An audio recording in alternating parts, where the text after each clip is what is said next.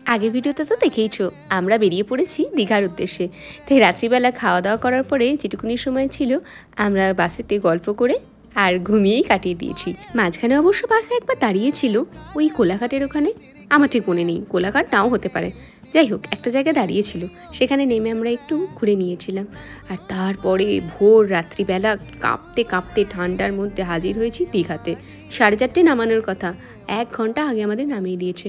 এদিকে আমাদের check in হওয়ার কথা ভোরবেলা, তাই সমুদ্র পাড়ে এখন বসে বসে আমরা কাঁপছি। ওগো, কি মনে হচ্ছে? প্রচন্ড ঠান্ডা লাগছে, আমি সানরাইজ দেখব না। এদিকে ঠান্ডায় থাকতে না পেরে তমাল কিন্তু অনেকবার ট্রাই করার পরে হোটেলে আগে যাওয়ার ব্যবস্থা করে দিল। আমার অবস্থা একদম 1.5 ব্যাটারির মতো হয়ে গেছে, কোনো রকমে একটু বডিটা ফেলতে পারলেই হলো বিছানায়। তারপরে দেখা হচ্ছে একেবারে সকালবেলা। আগে একটু ভালো করে ঘুমিয়ে নিই, দেখা হচ্ছে নেক্সট ভিডিওতে।